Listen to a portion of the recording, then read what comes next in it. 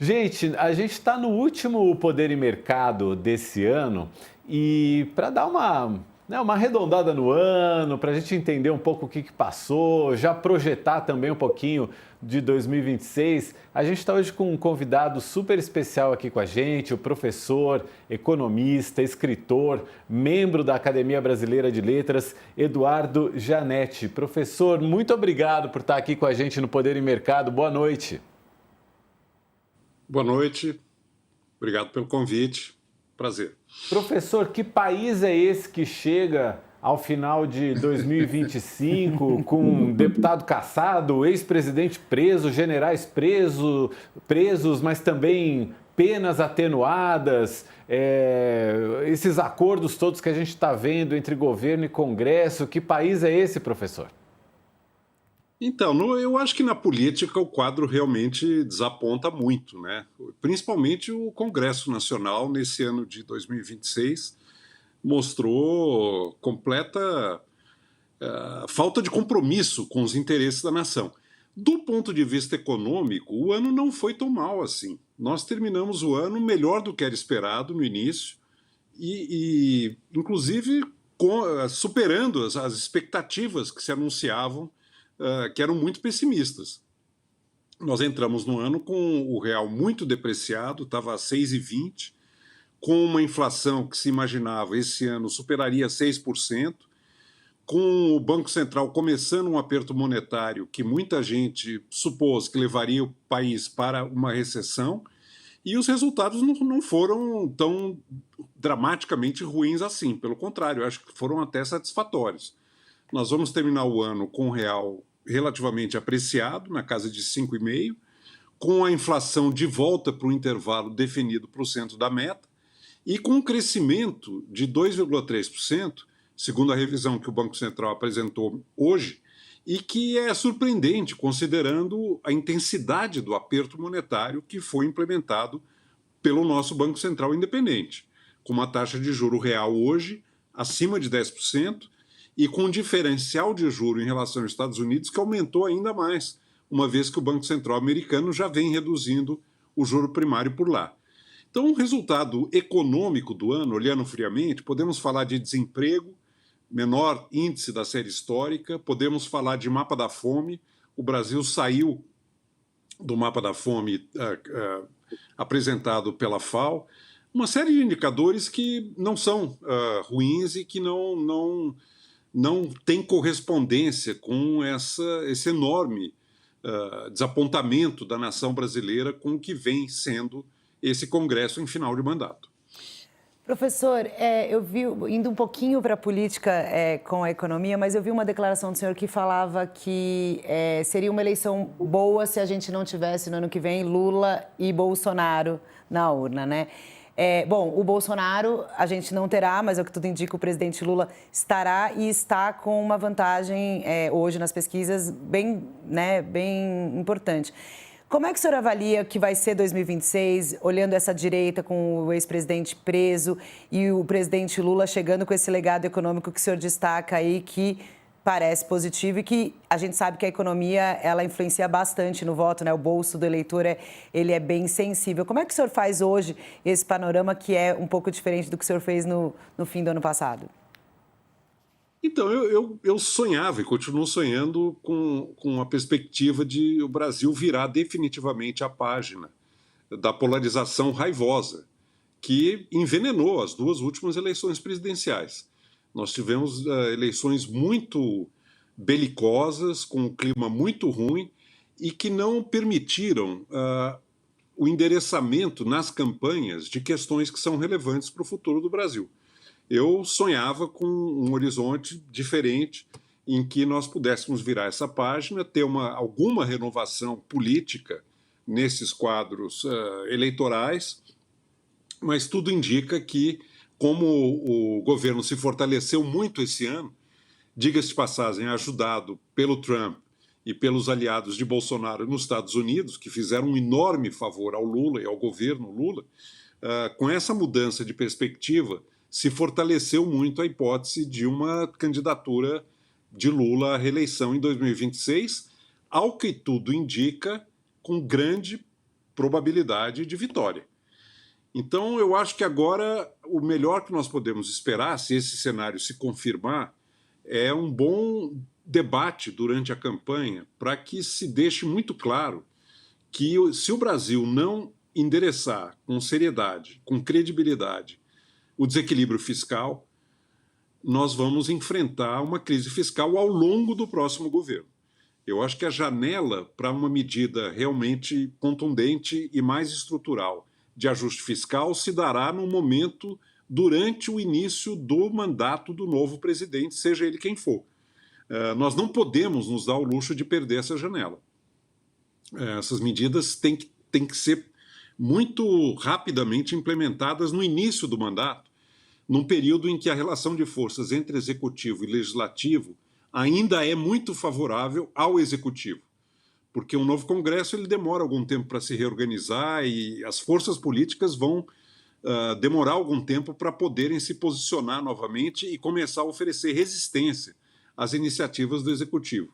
Então, eu acho que o mais importante era a gente realmente firmar um consenso no Brasil, e acho que dentro do governo Lula tem pessoas muito qualificadas que já entendem claramente essa questão e colocam essa questão com a prioridade que ela precisa ter, de aproveitar o início do mandato para fazer o ajuste fiscal e depois, ao longo do mandato, aí sim poder implementar políticas sociais mais generosas, tendo feito o ajuste, que possam contemplar o enfrentamento dos desafios brasileiros tremendos na área social e na redução da desigualdade. Júlio. Professor, que medidas seriam essas aí que o senhor se refere de controle fiscal, exatamente? Uma delas, que inevitavelmente, eu acredito, mais cedo ou mais tarde vai se impor, é o desatrelamento do amplo rol de transferências de renda feitas pelo governo central, o desatrelamento dessas políticas assistenciais e de benefícios previdenciários da indexação ao salário mínimo. Uma política de valorização do salário mínimo não tem como ser implementada com o mínimo de responsabilidade fiscal se ela automaticamente corrige todo o rol de medidas de assistência social e de benefícios previdenciários para quase a totalidade dos beneficiários. Realmente isso seria uma medida muito importante. Acredito que há espaço para uma boa reforma administrativa, por exemplo, a questão dos supersalários, isso é uma coisa que é um escândalo a ser imediatamente atacado e revisto. Temos os gastos tributários, que hoje representam aproximadamente 8% do PIB, considerando União, estados e municípios. Então, tem muita coisa para fazer. A questão da Previdência em si mesma também vai ter que ser repensada no Brasil, porque as contas da Previdência, não obstante a reforma que foi feita há algum tempo, as contas da Previdência, dada a rapidez da mudança demográfica brasileira, essa Previdência também vai precisar passar por uma nova rodada de ajuste. Não estamos falando de nada muito heróico. Nós estamos falando de um superávit primário de 1 a 2% do PIB no início do mandato, colocando a trajetória da dívida pública brasileira num caminho de equilíbrio e de eventual redução gradual mais à frente. Não é muito diferente do que o Lula mesmo implementou no seu primeiro mandato, lá atrás, em 2003, quando ele aumentou o superávit primário em relação ao que vinha sendo praticado no final do governo Fernando Henrique Cardoso. Para surpresa de muitos, Lula, naquele momento, com muita cautela, com muita prudência, com muito medo de errar, fez o que ninguém esperava.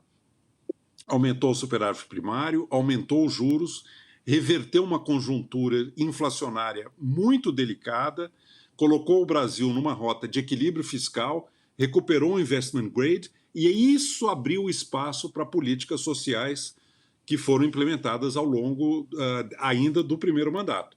Então, eu acho que se nós repetirmos alguma coisa parecida com o que foi o mandato do Lula lá em 2003, o primeiro mandato, nós vamos colocar o Brasil num caminho muito positivo, inclusive levando em conta a reconfiguração da ordem econômica mundial, que que traz oportunidades e possibilidades muito interessantes para um reposicionamento da economia brasileira no mundo. Professor, a gente fala muito da questão fiscal, pensando muito no resultado primário. O senhor falou bastante agora para a gente. A gente quase não aborda a questão dos juros que o governo paga, e a gente aí nos últimos 12 meses pagou quase R$1 trilhão em juros por causa da dívida. A gente não poderia também olhar um pouquinho para esse lado? Existe algo a fazer, alguma renegociação dessa dívida? Porque assim, um pouquinho que a gente tire desses juros aí que estão sendo pagos, a gente alcança o resultado esperado aí. Tem como olhar para esse lado também? Você tem absoluta razão em lembrar o custo fiscal de uma política monetária tão violenta como essa que o Brasil implementou nos últimos meses. Eu apurei com uma autoridade do Banco Central que um aumento de 1% do juro primário no Brasil, uma reunião simples do Copom que aumenta em 1% a Selic, custa durante um ano 48 bilhões de reais. É mais do que aquele pacote tão sofrido que o Haddad anunciou há aproximadamente um ano e meio, e que era alguma coisa em torno de 40 bilhões. Nós vamos estar pagando esse ano uma enormidade de juros, algo em torno de 8% do PIB. Isso é insustentável. Agora, eu discordo de você quando usa a palavra renegociação da dívida. O caminho não é esse. O caminho é criar previsibilidade fiscal, é mostrar seriedade no enfrentamento do equilíbrio das contas públicas para que se abra espaço, aí sim, para uma redução consistente da taxa de juros. Se você perguntar a minha opinião, eu acho que o Banco Central errou na dosagem. Ele levou os juros longe demais no aumento e ele está mantendo por um tempo longo demais nesse patamar muito elevado em que está. Mas não foi um erro de sinal. Quem errou o sinal foi a Dilma, que abaixou o juro quando era para aumentar. O nosso Banco Central, ele aumentou os juros quando tinha que aumentar. Você pode discutir, e é uma dúvida perfeitamente legítima, se não foi longe demais. Acredito pessoalmente que foi. Mas agora se abre um espaço genuíno para redução do juro ao longo do ano que vem. Acho que é uma suspeita, aí é uma suspeita minha. Talvez esse retardamento seja uma medida para permitir uma redução mais intensa ao longo do ano eleitoral. Uma redução mais forte ao longo do ano eleitoral. Me chama um pouco a atenção quão pouco o governo, o executivo, protestou e reclamou de uma puxada tão forte de juros por tanto tempo. Talvez haja algum tipo de acordo aí de que agora que a inflação volta para a meta e as expectativas de inflação estão finalmente voltando a convergir para um patamar dentro do intervalo da meta, talvez isso permita esse passo agora, que seria um grande alívio também do ponto de vista fiscal, além do ponto de vista de economia real, porque pagar 8% do juro ao ano não dá. Se não atacar a questão fiscal, infelizmente o juro no Brasil corre um enorme risco de ficar nesse patamar elevado. Professor, é bom que o senhor tocou nesse ponto eleitoral, era onde eu ia querer chegar mesmo. O senhor falou de 2027, o que o governo que será eleito tem que fazer desse ponto de vista econômico, fiscal. E agora mencionando que talvez, eventualmente, né, os juros no ano eleitoral possa dar uma aliviada. O ministro da Fazenda, Fernando Haddad, declarou que ele deve participar da campanha do presidente Lula, né, de uma forma, num planejamento aí, justamente nessa área econômica. A gente costuma ver em anos eleitorais o governo fazendo algumas bondades, né? A gente costuma ver aí, a gente viu no caso do ex-presidente Jair Bolsonaro, teve auxílio caminhoneiro, teve uma série de auxílios ali e outras medidas que os governos tentam usar a máquina justamente para conseguir votos. Qual que é a sua expectativa, caso o ministro Fernando Haddad vá para a campanha, né? O que tem que ser feito? O que o senhor acha que a experiência dele como ministro da Fazenda pode ajudar? Ou o senhor acha que há o risco de que o governo escape e acabe usando medidas eleitorais que atrapalhem justamente essa questão fiscal? Então, Carlos, o arcabouço fiscal que o próprio Haddad apresentou seria uma regra restritiva de uso da política fiscal num ano eleitoral, para fins eleitoreiros. Vai estar sendo votado o orçamento, eu acho que o importante é cumprir o orçamento o ano que vem e não continuar nessa tentação de ficar abrindo exceções aqui e ali para fazer gastos que não entram na apuração do equilíbrio fiscal contábil, né? Mas que levam ao aumento da dívida pública. O fato é que não vai se tomar nenhuma medida mais estrutural no ano eleitoral. Isso está totalmente descartado. Agora, eu tendo a crer que a ala econômica do governo Lula, e eu estou me referindo aqui a Alckmin, Haddad e Tebet, tem consciência bem robusta em relação a esse imperativo de conquistar credibilidade no campo fiscal no início do mandato do próximo governo, para que isso abra espaço para políticas sociais ao longo do mandato. O que comprometeu muito a questão fiscal brasileira esse ano foi que o governo Lula fez uma enorme expansão fiscal no primeiro ano do mandato. E primeiro ano de mandato é hora de ajuste, não é hora de expansionismo fiscal. Então nós entramos com o pé errado. Os anos seguintes não foram anos extravagantes do ponto de vista fiscal, como foi o primeiro ano. O primeiro ano realmente foi um ano muito extravagante. Então, eu estou confiante, acho que a ala econômica do governo Lula tem consciência e tem compromisso com um ajuste fiscal crível. E tem que lembrar uma coisa que é fundamental na economia. É uma batalha de expectativas. Em grande medida, é vencer o jogo das expectativas. A economia é uma espécie de meteorologia em que a previsão do tempo afeta o próprio tempo. O governo tem que anunciar no início do mandato alguma coisa crível, que leve os agentes econômicos, especialmente no mundo financeiro, a vislumbrarem um caminho exequível e compromisso genuíno de que as contas públicas no Brasil vão caminhar para uma situação mais equilibrada.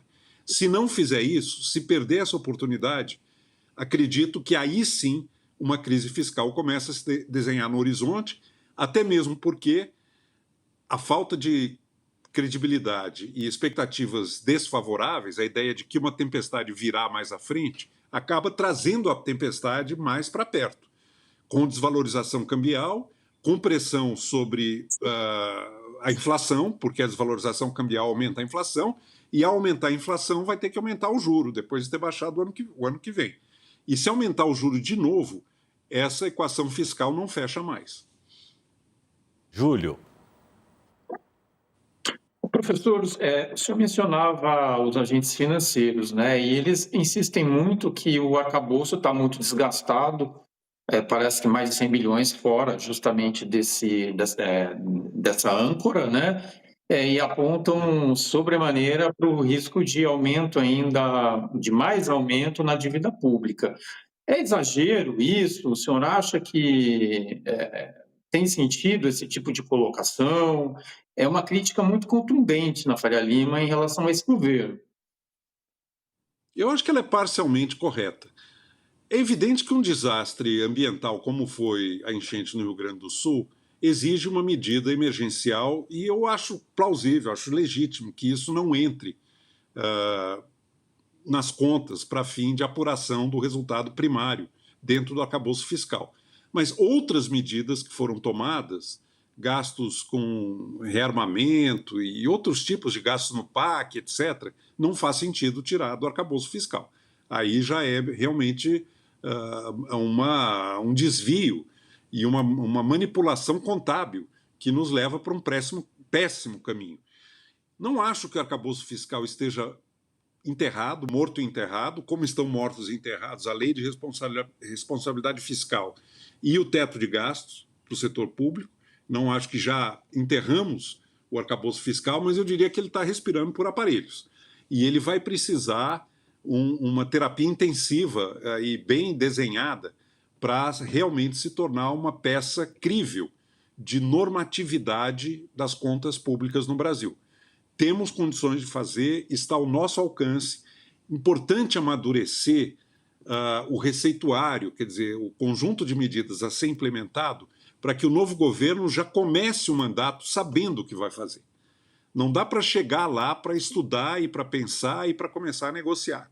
Eu acho que tem que entrar já com isso decidido. Não espero que isso apareça na campanha eleitoral.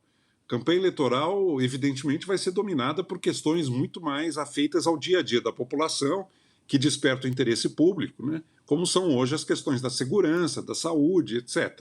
Mas, em termos de expectativa real para o que seja um novo governo, é muito importante que ele já tenha a cabeça feita quando assumiu o mandato no ano de 2027.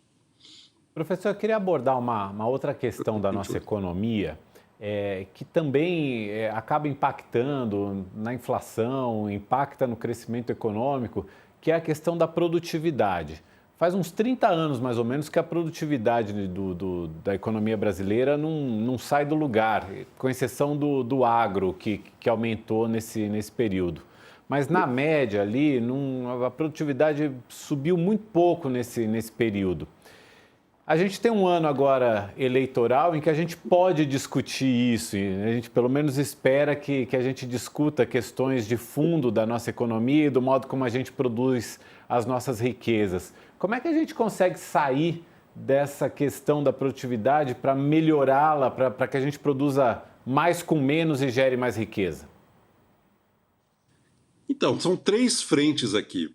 Para aumentar a produtividade, você tem que aumentar o estoque de capital físico, máquinas, equipamentos, tecnologia, infraestrutura, coisas que aumentam a eficiência e o resultado da hora trabalhada. Você tem que aumentar o estoque de capital humano, educação fundamental, ensino médio, ensino superior, de qualidade, pesquisa e desenvolvimento, inovação tecnológica. O Brasil realmente está muito defasado nessa área. Também na área do capital físico, a nossa taxa de investimento, formação bruta de capital fixo, está num patamar extremamente baixo. Ela nunca mais voltou ao que já tinha sido antes, e já não era espetacular, ao que já tinha sido antes da recessão do governo Dilma, do final do governo Dilma. E o terceiro componente são instituições. Acho que a reforma tributária é uma conquista do governo, vai melhorar o ambiente de negócio no Brasil. Ela começa a ser implementada e gradualmente a transição sendo feita vai criar um horizonte mais definido de regime tributário, mas tem muita coisa para fazer. Um caminho que me parece realmente decisivo, se o Brasil pretende vencer a armadilha da renda média por meio do aumento da produtividade, é estudar a experiência dos 12 países que nos últimos 70 anos conseguiram vencer a armadilha da renda média. Todos eles fizeram isso aumentando a sua integração ao fluxo mundial de comércio, vendendo manufaturados, vendendo serviços e vendendo commodities, né? O Brasil tem um espaço imenso para ocupar na economia mundial, ainda mais nesse momento em que a ordem mundial está se reconfigurando e nos abre muitas novas possibilidades para repensar e para nos reposicionarmos em relação às cadeias globais de produção. Eu acho que o Brasil, os ventos da ordem mundial que se reconfigura dessa transição sopram a nosso favor. Para a gente capturar esses ventos a favor, a gente precisa pôr a casa em ordem. A questão fiscal já foi discutida, precisa recuperar a capacidade de investimento, e aí um bom arcabouço de segurança jurídica para a infraestrutura e projetos bem desenhados, hidrovias, ferrovias, portos, etc., uma seriedade que o Brasil está demorando demais para ter em relação à educação e conhecimento e formação de capital humano, e continuar nessas mudanças de ambiente de negócios que permitam a economia funcionar com uma melhor desenvoltura, com melhor alocação de recursos. Não tem pulo do gato aí, não tem atalho. É trabalho consistente e contínuo ao longo do tempo.